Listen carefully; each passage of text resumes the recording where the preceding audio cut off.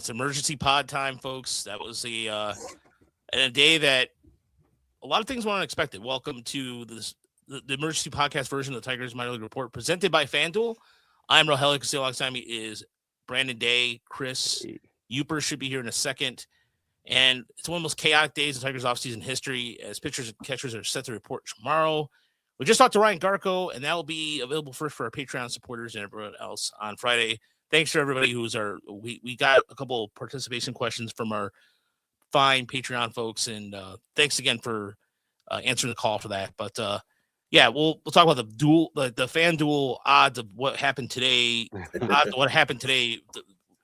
If you expected Justin Verlander to be in a Tigers uniform, it's a dream come true for a lot of fans, folks. But Brandon, I'll start with you, because did you see this coming? I freely admit I thought he would go to Baltimore, close to home. I thought, because the Tigers don't do this kind of, the feelings, sappy reunion stuff. But then it all makes sense, and we'll get to why it makes sense here in a second. But good God, man! Like, it was just like it was a mad scramble. Yeah, absolutely. Full disclosure, I'm a huge Justin Verlander fan, probably my favorite Tiger ever.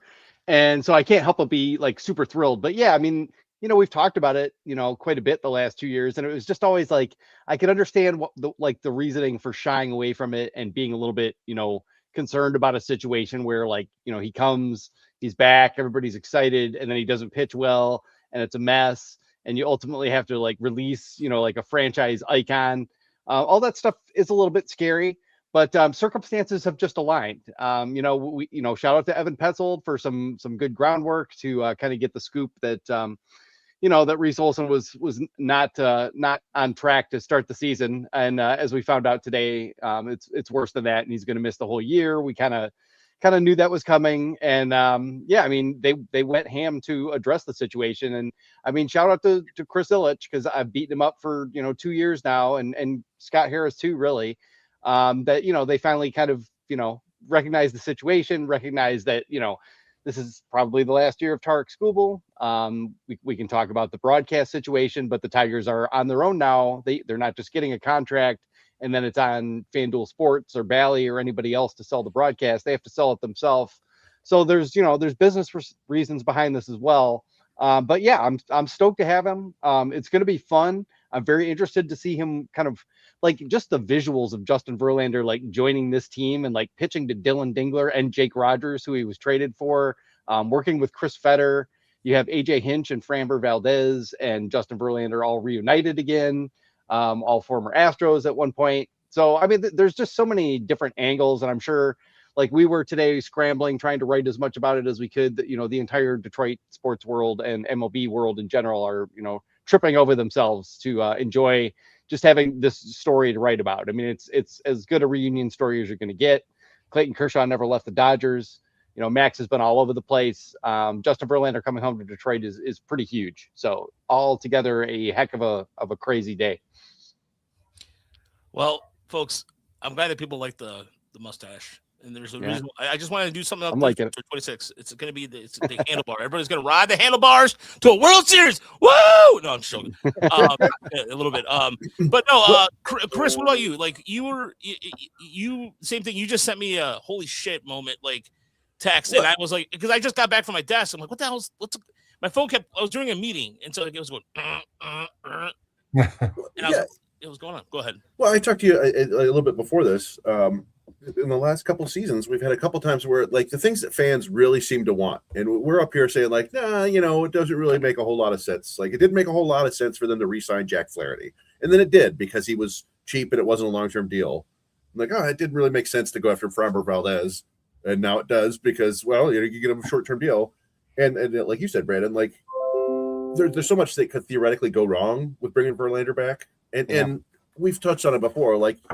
He wasn't necessarily the most mature or most well-liked teammate when he was here when he was younger, but it's like 10 years since he's been here last, right? So I think circumstances have changed a lot, and it really is just kind of it's like I want to give points to somebody who can come up with the most fun Verlander fact, because I've gone through like a couple, like so he Verlander made his debut 2 years before Rick Porcello was drafted.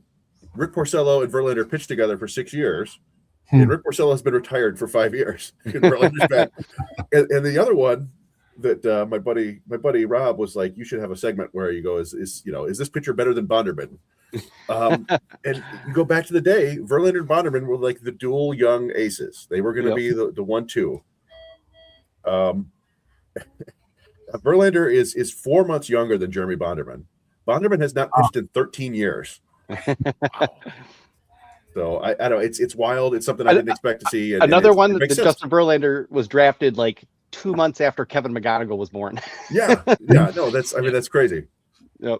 So I'm sorry. Go ahead, Chris. I'm sorry. No, it's all good. But yeah, Uper. I mean, did you expect this at all? Or well, for years I've been on the train of bringing him back, so I was excited to see it. But no, I did not think. I thought after, since we didn't know the extent of the Olson news necessarily, I certainly thought pitching wise after Valdez came on board that was going to be it. So no, didn't see this coming. And it's amazing that how many fans are happy. And, a lot of people have been asking for this for a long time. And I always usually put it to the old saying that if a general manager listens to the fans, he'll be sitting with them soon, right? It's not always the best idea, but I think this is a good idea. I think the kind of competitor that dude is, he will find a way to compete this year.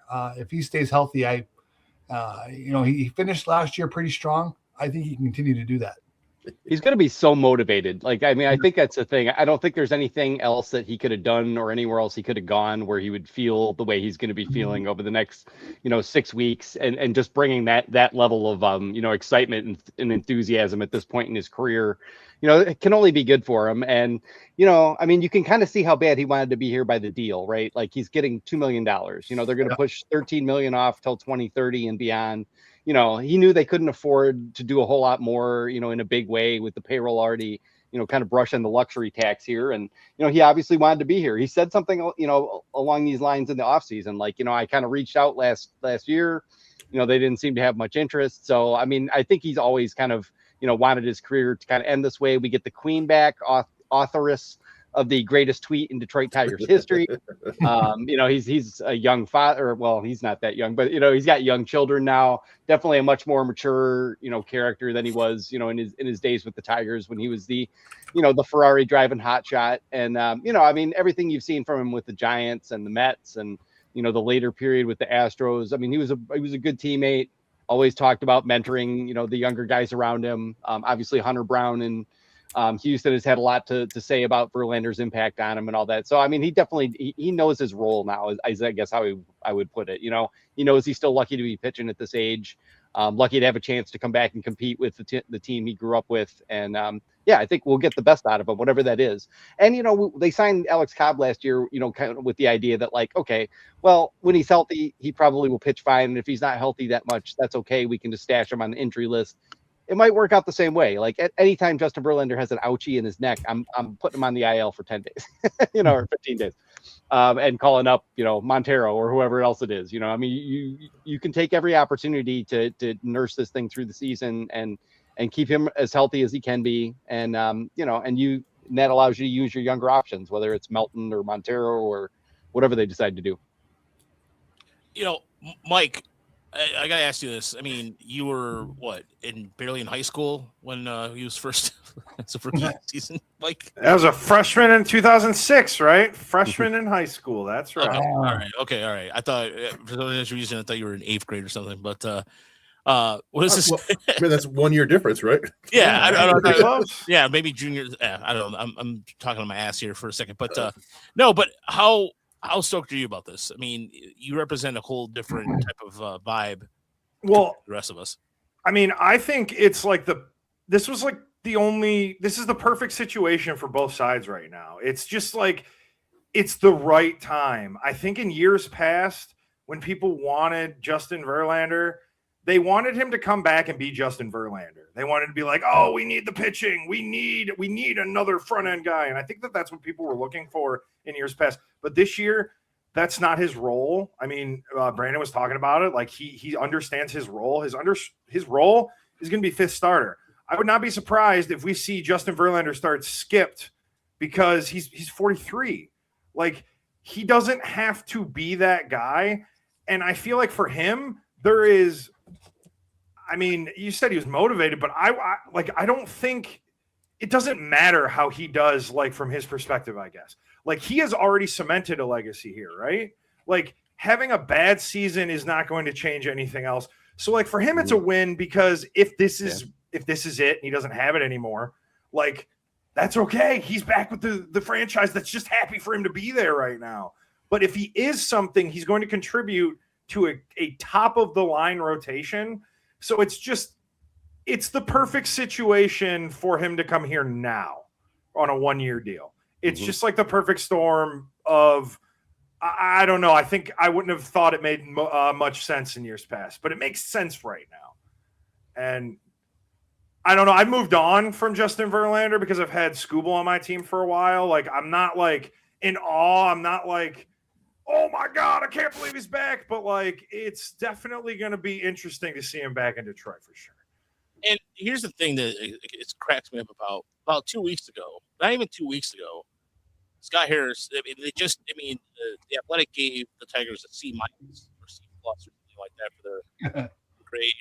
Everybody wanted it. I'm not saying everybody. Sorry, that's not proper for me to say. But Verlander, it was sort of like everybody hated Scott Harris. I thought Scott Harris didn't do enough. And everybody has to remember the offseason does not end until tomorrow. Technically, and so I thought it was really weird that everybody was getting written off by that. But yeah, I mean, Verlander is throwing, by the way, if you're in case you're curious about his velocity, he's sitting at 93 right now, slider sitting at 87. So, but the Tigers are going to maximize. They're going to be, this is a different, and that's another thing too. This is a completely different franchise in terms of development and how they view players than when they were the bitterness of, and I had to think about this for a second. I was like, well, maybe, maybe they're still bitter about what happened with the Sports Illustrated article and blah, blah, blah. But then I thought about it. I was like, well, no, that's a completely different front office. That's a completely, it's night and day now. And so you have, and we talked to Ryan Garco earlier. You even hear it in the responses and everything like that. It's these players have much more personalized coaching. They're identifying things. They're getting the most out of players. Like last year at the trade deadline, for example, everybody was talking about ragging on the fact that they didn't do enough, but the fact that they're able to trade Mike Ashman. No, Mike Ashman. Josh Randall. Yeah, Josh Randall. Jim Jarvis. Enrique Jarvis. I was going to say, I was waiting for you to say Jarvis, Chris. Jarvis. Those guys that somebody else liked out of really, I mean, this is a draft from the 2024 draft. That is saying something. And so I think that you got to give credit to Scott Harris for looking at Verlander and seeing what they would possibly use out of him. Last year, they were like, not right now, but look at what happened with Reese Olson. But this is a completely different front office, and you got to give credit where credit's due on that. One of my commenters at Bless You Boys had a great line though, which was that Verlander had to go to the Giants and become an old Giants pitcher before Scott Harris would sign him. That is funny. I think you guys have all touched on it here, but it really is. It's perfect because of Tarek Skubal, because of Framber Valdez, because he doesn't need to be Justin Verlander anymore. He can just go out there and be an aging Hall of Famer who can help your team. And he's also happens to be a franchise icon. Like that's like a bonus here. They're not bringing him back for pity. They're not bringing him back to, work middle relief. They're bringing him back because they're a contender and he can help them win. And it is like the Alex Cobb signing last year. He's like their fourth or fifth starter. I was just looking. So I sorted on Fangraphs. But 82 pitchers last year who threw at least 140 innings. And if you sorted by FIP, Tarek Skubal, number 2. Framber Valdez, number 12. Justin Verlander, 32, Jack Flaherty, 33, Casey Mize, 35. So your 5-man rotation is 5 of the top 35 starters in baseball. That's pretty good. Now, you can't just automatically move that to this year, but it's a pretty good place to start from. So I think Tigers fans should be really excited, not just because Verlander is the icon, but because he helps the team. And I mean, if you look at his stuff too, he's just continued to like try to tweak things and evolve. And I am curious to see what that looks like again this year. I mean, you said he was throwing 93. I think he averaged 93.9 miles per hour on the four seamer last year, which is still, about major league average. He can still run it up there 96, 97 when he has to. And, if they only need to use him for, 5 innings, and especially early on, I wouldn't hate to see kind of like someone mentioned the soft 6-man rotation a little bit, mixing someone else in, using Montero or Melton, like when the schedule is really packed in April and May to kind of get them through the kind of tough early months where you don't really want to stretch everybody out too hard. You kind of lean on Framber and Skubal because that's what they're there for. Nobody else needs to go super deep. Justin, was working on a sweeper last year, and that pitch actually was pretty good for him in the second half. And we all know he pitched well in the second half. He came on pretty strong, and you just hope he can kind of carry that over. Well, and wait, before you say anything else, first and foremost, Dan Hayden, thank you for the $5, and thank you very much. Holy cow! Holy cow! How do you say that, Chris? Demo ESU. How's that? Oh my God. Demo. Yeah, Demo ESU for the $100 or $99 donation. Thank you. And you get hold on. That's amazing. Off the Frickers building. And you know what? You get this too, actually. I think he's going to be just fine. Are we doing the trifecta there? All right. Thank you so much, man. He just paid for all the nachos at the ballpark. Oh yeah. You go ahead. I'm sorry. As you were going to say. No, I was going to take on to what Brandon was saying is, if the schedule falls right and depending how he stays healthy, he's going to get 7 to 10 starts possibly against the AL Central, which ain't bad. Yeah. Who's the scariest lineup he faces there? So it really does work out pretty well for him possibly on that front. And I'll give a hat tip to I think Ghost Mav in our Discord was pointing out that like they could set it up to if they want to, and AJ Hinch has been known to do things like this. Their first 6 games are on the road on the West Coast. You can set it up so Verlander's second start of the year is the home opener, which I think would be absolute madness. Now, do you want to do that? Do you want to get Skubal another start? That it's a fun thing to think about. But it's just kind of like a fever dream, right? You got Skubal and you got Verlander on the same team. Like these are 2 of the best pitchers we'll ever see in our entire life, and it's fun. Yeah, and they're Tiger uniforms. I mean, you think about it for guys like myself and Brandon and Uper, who grew up with some of the worst Tigers pitching stats of all time. The 1996 team with Scott Sanders in that rotation, the Felipe Lira era. We grew up with a lot of crappy pitching. I mean, after the Jack Morris and Dan Petrie left, it was bad. I mean, even the free agent signings of Mike Moore and Tim Belcher, like some of these guys, some of these names, like going back to, I'm like, we are witnessing an era of Tigers pitching that we have not seen in quite some time. And now you have the guy who kind of started it all full circle. And then you have Framber Valdez, who will be taking the spot as Reese Olson and Jackson Jobe will be hitting the 60-day IL. And so those are the 2 spots right there, in case you're curious of how that's going to work. The other thing too about this is it allows you to give a chance for Troy Melton to develop. He might have to start the season in Toledo or whatever the case is, and that's fine. You don't have to rush this kid, and I say kid, but he is a kid, into a pressure spot situation. Bring him back like they did the second half of the year, maybe, and give him a fresh amount of innings. You can do a lot of things now. You go like 8 or 9 starters deep, and especially if you have a guy, one of the non-roster invites, if that ends up working out, which I still think my dark horse in camp is Troy Watson. I mean, I think Troy Watson's a guy. After talking to Chris about this, I realized like he is going to. I was talking about him being a reliever, but he does have starter upside. But the one thing is that second time, third time through the order, he gets a little beat up. But a guy like Troy Watson can come out of nowhere and surprise you this year, and he could be that guy. Yeah, I mean, there's a lot of options. There's a lot of depth guys. You still got Sawyer Gibson Long. You still got, maybe Ty Madden comes back and can give you something. I mean, none of these things are thrilling, but we all know you're going to use, 12 or 13 starters pretty much every season. You're going to need a lot of these guys. And the thing about stacking things up front is obviously baseball is different than it used to be. We still talk about 5-man rotation, but the game is a lot different because the tournament, in October goes a lot deeper, and you've got to be in a position after the deadline where you can play for 3 full months rather than like 2 months and a short season, a short series or two. So, I mean, you have Verlander, you have all these options. You can kind of, space things out, keep guys healthy in the first half, and then you just season to taste in the second half. And you hope by then on the offensive side, you've got McGonigal and Clark, Briseño, one or two of those guys maybe can comes up and contributes for you. And you're a stronger team in the second half. So, yeah, I mean, I just think all around, like bulking up the rotation to start the season like this feels like the right move. You wouldn't have needed to do this if you didn't have the Olson injury, but since he's there, adding Verlander in makes all the sense of the world to me now, and it fits in a way that, like Mike said, it never really did before. So yeah, I'm pretty stoked about this. Yeah, I just wonder if the rotation, if it sometimes works it can just be fun, Sometimes baseball can just be fun. Absolutely. I just wonder if the rotation works out as they project and things go well deep into the summer. How much does that slow down what they do with Jackson Joe? I mean, does he take the whole year off, or does he come back when he's ready no matter what?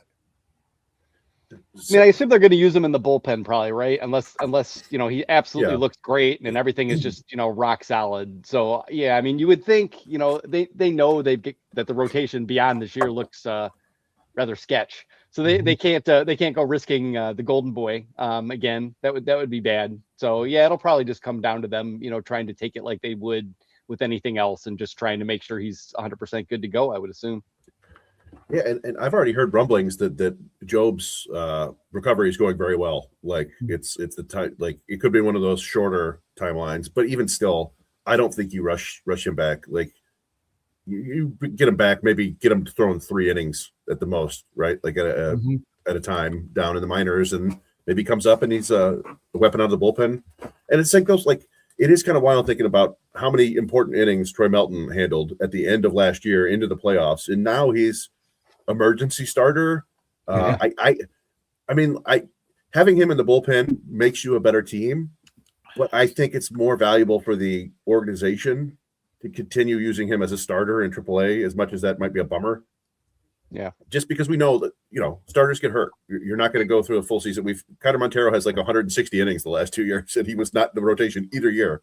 Yep. So having Melton as your emergency number 6 starter is amazing. So. And if they want to use him that way as the up-down guy, he's got the options to do it. Whereas Montero's on his last option year, so maybe it's time to think about just making him a reliever and going with it. I don't know.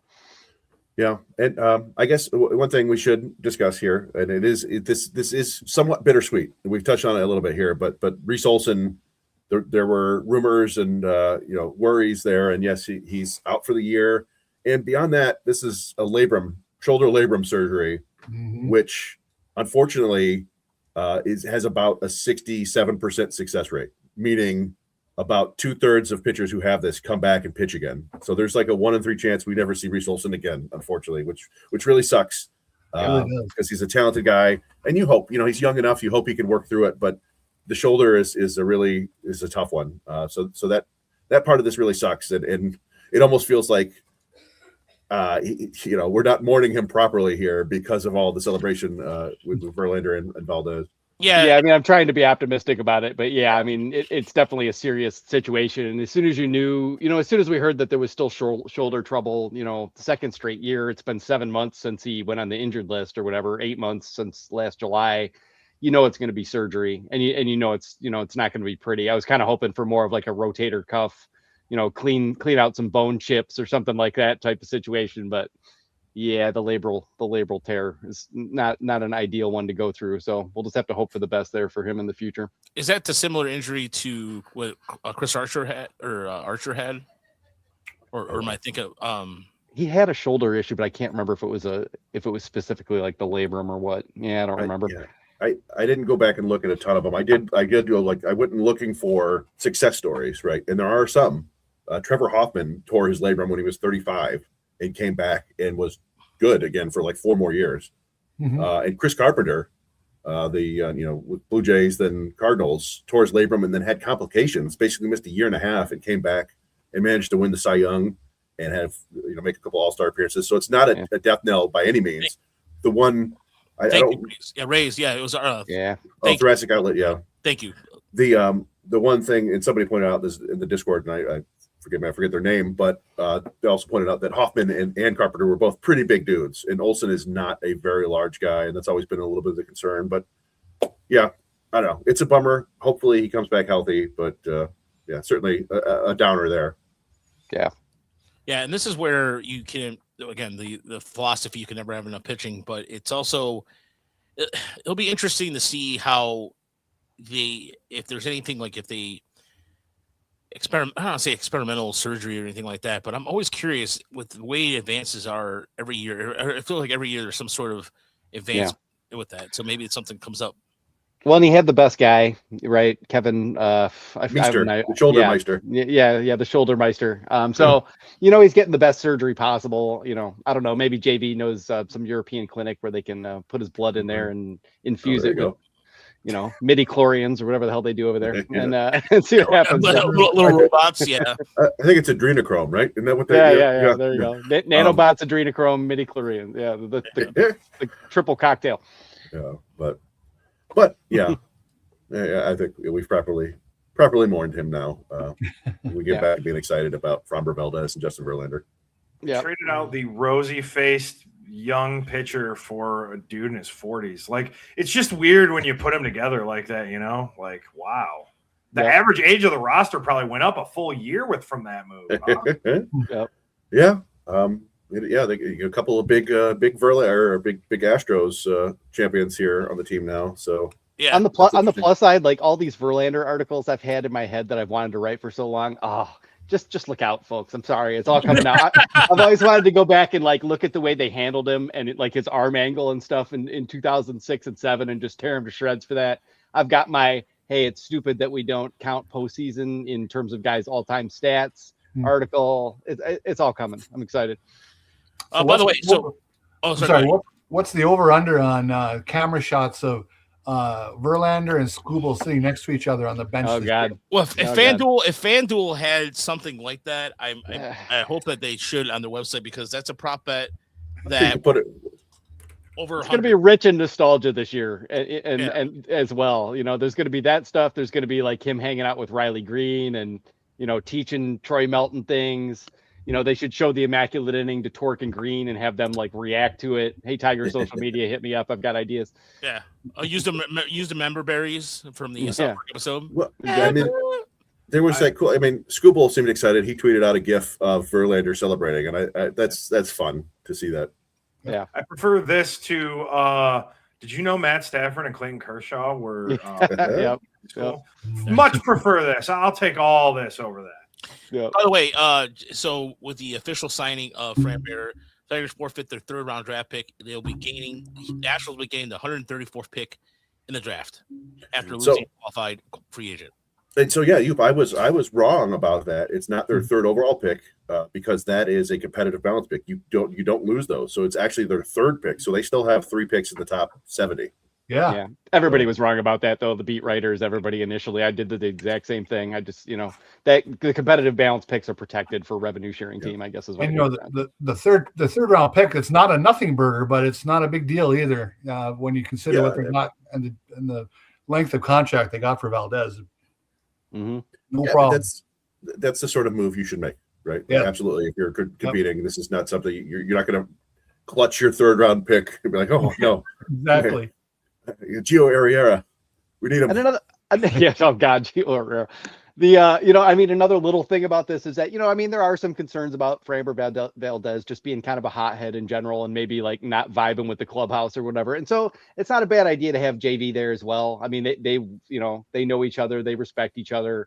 And it's the same thing with Hinch. So that doesn't hurt either. It's just like a little kicker if people have concerns that, Framber's going to try to throw a fastball through Dylan Dingler's helmet. Personally, I think he's going to take one look at Dylan Dingler's steely jawline and be like, all right, this is more like it. I think I'm in good shape here. So I looked it up. He did pitch to Jake Rogers a handful of times in the minors when he was with Houston. So there's that connection. We also we talked to a Houston beat writer last night, so I learned a lot about Framber Valdez. I learned his nickname is La Grasa. Nice. Which basically it sounds like it means like it's like it literally means like grease or oil, but it means like smooth or something. I don't know. Yeah, It's, no, that's like like sometimes like my dad would Lick. say, Yeah. well, grasa, or like yeah, well, never mind. I can't say how he used grasa, but I'll just say it was in a very sexual term, and I'm not going to go into. Oh, God. Yeah, and the Astros writer said that you smell Valdez before you see him. He wears a ton of cologne and he's all swagged out and stuff like that. And then I also had the fun, and this is not out. The podcast is not out, but I asked him if Verlander was going to sign with the Astros. So that'll be fun when people hear that. But yeah, like another situation where he doesn't have to be the lead dog. Valdez doesn't. So you can, hopefully he can keep him in check. And then Jack Flaherty was pretty good a couple years ago. We know he's been up and down. He's a pretty damn good pitcher too. And Casey Mize is an absolute bulldog. So this is a fun rotation if they can stay healthy. Yep. Yeah. By the way, there was some turd, and I say he's a turd because he's a turd. Somebody who pointed out. Thanks for clarifying. Well, I say that because it was just a tweet, but something along the lines. I'm not sure if he was Robert James. The mustache, the handlebar mustache is La Grasa. There we go. No, it was somebody who put this out earlier that the Tigers should be investigated because of how much they've been spending. And I'm not sure if it was I'm not sure if it was tongue in cheek or not. I think it was. I think it was tongue in cheek, but the way I don't know, like sometimes it's hard to tell on Twitter. Yeah. But it was just saying like the Tigers have to spend over, look at the payroll. And I looked at Cleveland's. It was $85 million. Like 85. The Twins who are at 101. Chris Illich just flexing all of a sudden. Yeah. Also, Chris is, you forget he got a divorce? No, he's just like, make it rain. Like, and again, this just 2 weeks ago, everybody was like, screw you, Chris, blah, blah, blah, all this stuff. Well, hey, I mean, shout out to everybody who said that because maybe we badgered him into this. That's how I'd like to think of it. We weren't wrong. They didn't really go very hard last year, and it wasn't looking too good this year. So, I mean, okay. They've done their part and we all feel better and, congrats to them and we appreciate it. But, I mean, everybody had a pretty realistic beef, I think, for the most part. So I'm not making any apologies for complaining about them either. Oh, by the way, James Harden gets $85 million. For what? Oh, yeah. $25 million of the Guardians cap is Jose Ramirez, too. So that's like 1/3 of their payroll. Oh, but the Tigers are now 9th in total payroll for 2026. Wow. Okay. Max, thank you for the donation. Much appreciated. Max. Yeah, I mean, this is Frickers building. This has been a slightly. Sorry, go ahead. No, it's all right. I apologize for stepping on the drops. This has been a slightly narrative changing offseason. And honestly, it's slightly narrative changing like 3 weeks. It was because there was everything people were complaining about was still there up until a couple weeks ago. So there's still stuff we need to see from this front office. You've got a really solid farm system. If you need to get a bat, you need an extra bat. You got to go do it at some point this year, and you got to use some trade chips. So we'll see if that comes down. Yeah. Or not. Maybe the young guys all take steps forward and it's just a monstrous offense because they've bolstered from within.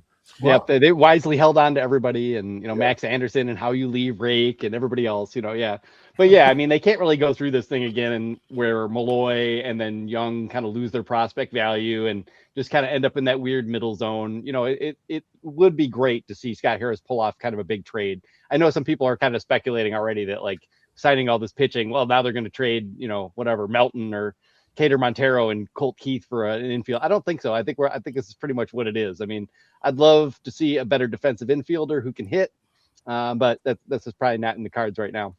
Yeah, Alex Bregman is gone. Yeah, Bregman's gone. But the Tigers also made a couple other moves today and yesterday, signing Austin Slater. And there was this joke on a Discord that was like Slater from Saved by the Bell. And then they signed Connor Pickerton. Am I saying that right? Pilkington. Pilkington. Yeah. Pilkington. Pilkington. And Joe Campanella. I like Campagna. I like Pickleton better.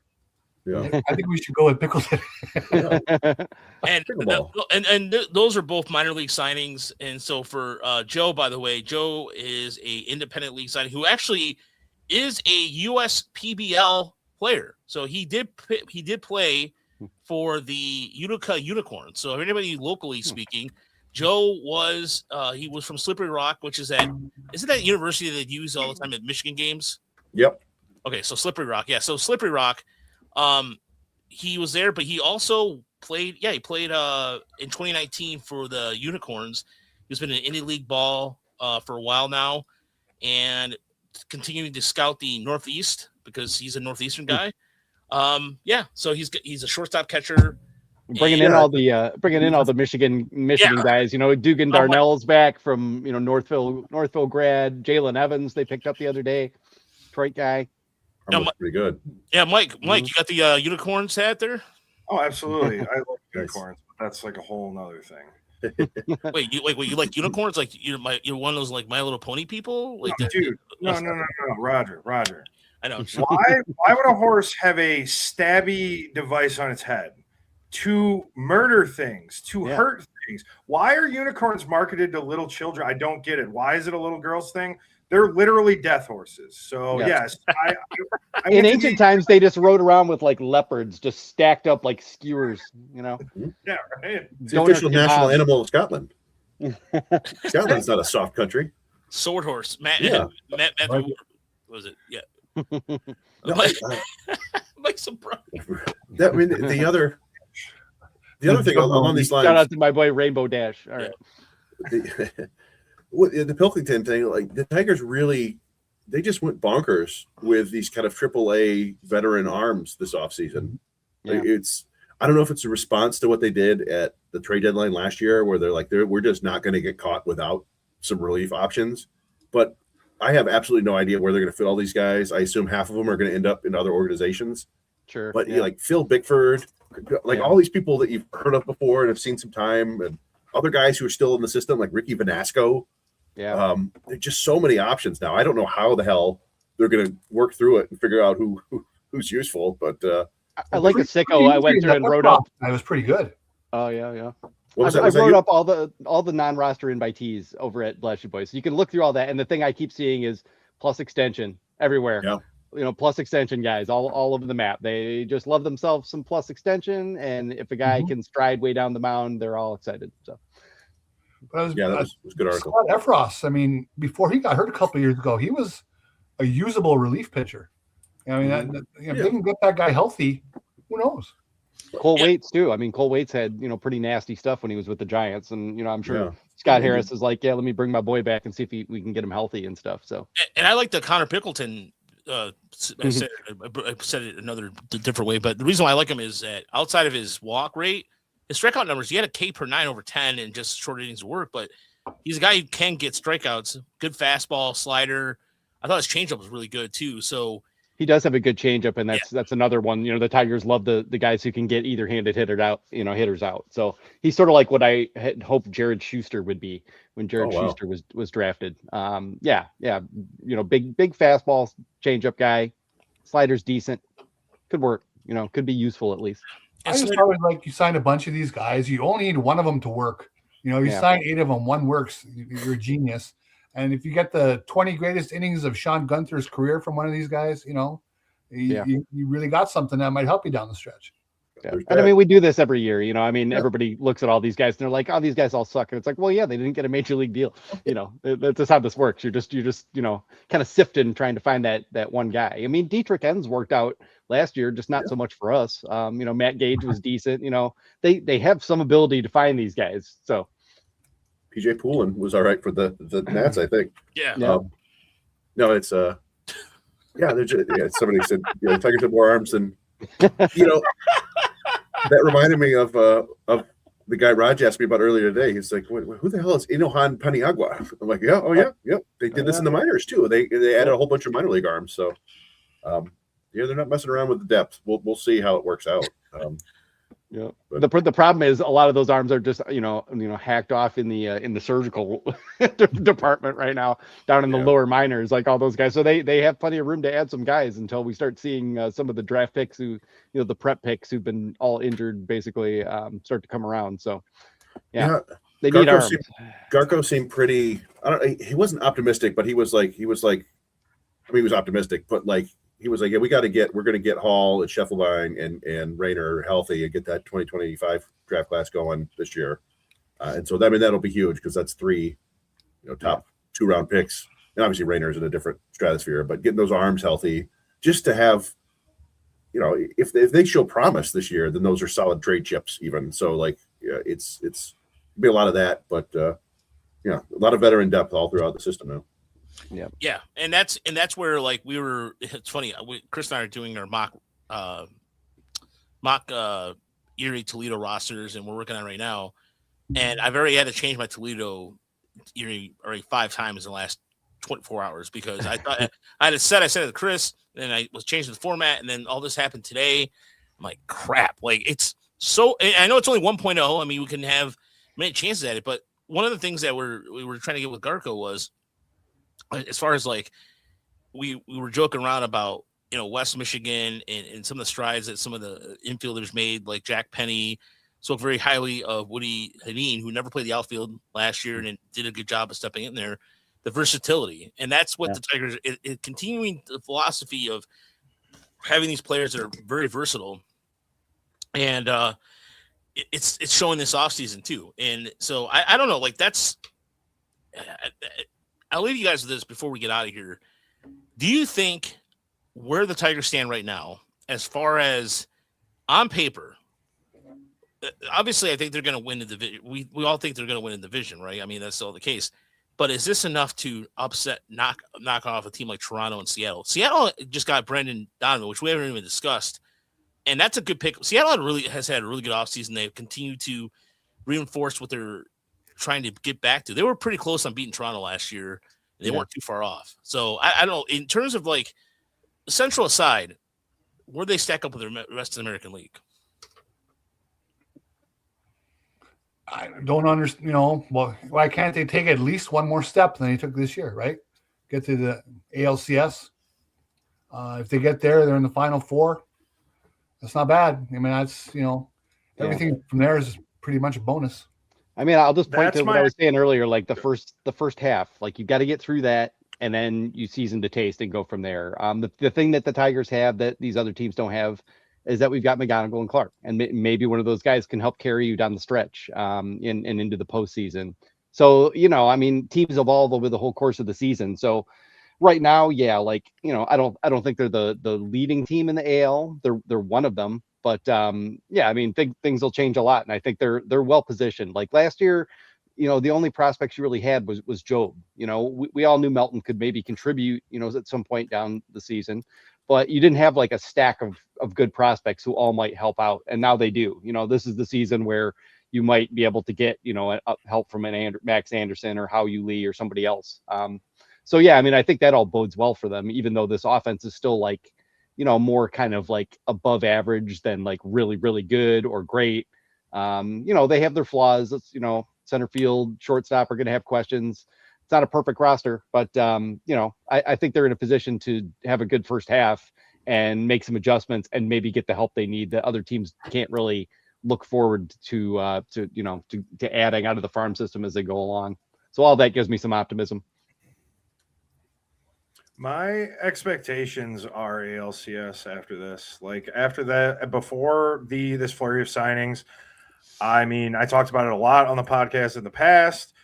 I thought that Scott Harris was okay with the level of success that they had gotten to. I wouldn't have said anything past the point that they were at this year, But now that I'm seeing actual moves to improve the major league roster, it just means that I think that I would expect them to take the next step. Mm-hmm. And I don't think, the Blue Jays don't look that scary. They, get Dylan Cease might be good for them, and that might help them out a lot. But, they let some guys go and added some. The Red Sox have a great pitching staff. They should be dangerous. But nobody's really scary in the American or in the American League in general. It's pretty much the Dodgers and everybody else. The Tigers could potentially hang with anybody else. And then you just hope you go up against the big boss and things kind of turn your way. Yeah, I mean, you could just look. I was just looking at the Fangraphs projections. Right now, they have the Tigers with the 6th best win total in all of baseball. 2nd best in the American League, 86.6. Only the Mariners are higher at 87.6. They're ahead of the Yankees, ahead of the Blue Jays, ahead of the Red Sox. On paper, looks really interesting. We need to see more consistency from the from Riley Green, from Kerry Carpenter, from Spencer Torkelson. Those guys need to do what they can do. And like to see steps forward from Colt Keith, Parker Meadows, Gleyber Torres needs to be the steady force there. And, if they could take a step forward on the offense, this is like a 90-win team, possibly. Again, we've seen good teams on paper before. I'll never forget the 2008 Tigers. So you got to go out there and play and win the games. But, we do have AJ Hinch, Yeah, given what they've done the last couple of years, I think you have to feel pretty confident about it. But, again, you got to go out there and make it happen. Yeah, I feel real confident that I think Dylan Tingler is going to have another step forward this year in terms of offense, maybe hit that 21 or 20 home run mark. I think that's totally feasible. And one of the things too, before we get out of here, what was interesting was talking to Garco about Eduardo Valencia, who has been, they're really high on his bat. And this was, Chris, did he say something along the lines of his bat's always been good, but the problem was he's never could stay healthy? Yeah, he said that they have like their internal guys always have like they'll write down like guys that they're really interested in, guys that they think are good. And he said Kenny Graham was always had Eduardo Valencia as one of his favorite hitters in there. He just never kind of put it all together until last year. So he was happy to see that. I'll listen to the show tomorrow, but did he talk about John Peck? A little bit. Mm-hmm. Briefly, yeah. If you want to hear us talk about Kevin McGonigal, Max Clark, Josue Briseño, or Bryce Rader, no, listen, we didn't really. I got him to talk about Yonan Koba and Salcedo and Andrew Sears. Nice.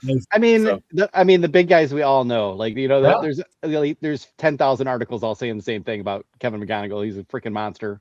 You're gonna love him. It's just a question of whether or not he plays shortstop or second base long term. That's pretty much it.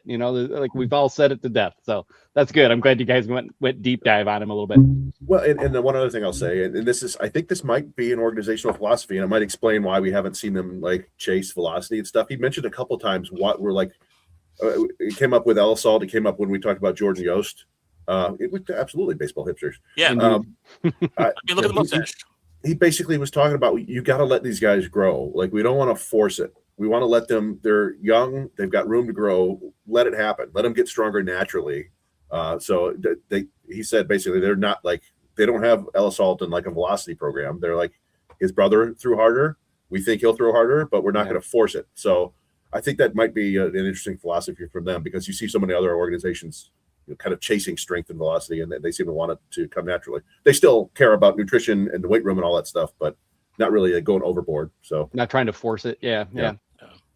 So yeah, definitely check that out. I'll be editing it as soon as this pod is over. And again, thanks so much for everybody. The donations today were very, very unexpected, and thank you again. We have that GoFundMe out there, and as soon as Chris and I talk about air miles and stuff like that, we're going to be booking the tickets and getting that taken care of. But again, beyond grateful for everybody to come out tonight.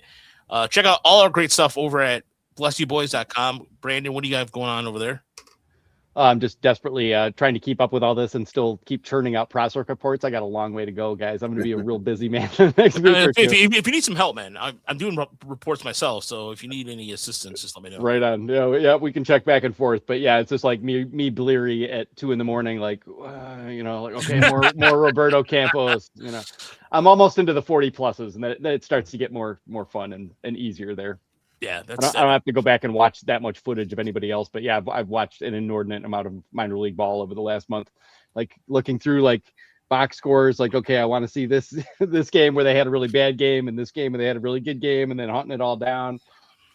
Yeah, that's a lot of work. It's a lot of work, but it's fun at the end to get that going. And so, Chris, when is that pod dropping? With Evan, the Days of War? I honestly don't know. Okay. We talked to Chandler Rome. He's the Athletic. He's the Houston Astros beat writer, getting some background on Framber Valdez.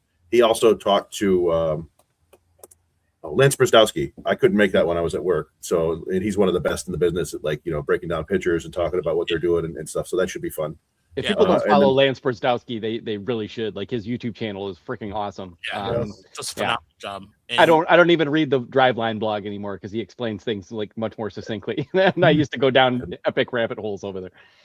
But it should be out tonight or tomorrow. I don't really know. That's up to the Robin Chan, great producer there for the Free. Yep. Yeah, fantastic guy. So, And over at Roundtable Tigers, Chris Casanelli just did an article on Justin Verlander's home, and then there's some other articles as well. We're working on a mock roster, so we should have something up. And if you are a Patreon subscriber, I just put out a newsletter breaking down the rosters for spring training, and there's going to be more stuff on our Patreon. Again, for free, we'll have some stuff for free people, and then we'll have some stuff for the tiers. As far as that goes, yeah, there's plenty of content going. You know what? I think tonight everybody's kind of based between the Super Bowl and everything else. Maybe people are not, but I guarantee you, because somebody was talking about how many people are watching live right now. It's okay. It was an emergency pod. It's a Tuesday night, and there's baseball starts tomorrow. So that is fantastic news. Yeah. And however you we have to however you consume your content. Thank you so much for listening. Stay classy, and we will talk to you. More than likely, there will probably be a show on Thursday, as of course, it's baseball season. Baseball season, best season. We're back. Yeah, best season, best shape of your life, best mustache of your life, however you see fit. We'll talk to you soon. Have a good night, everybody.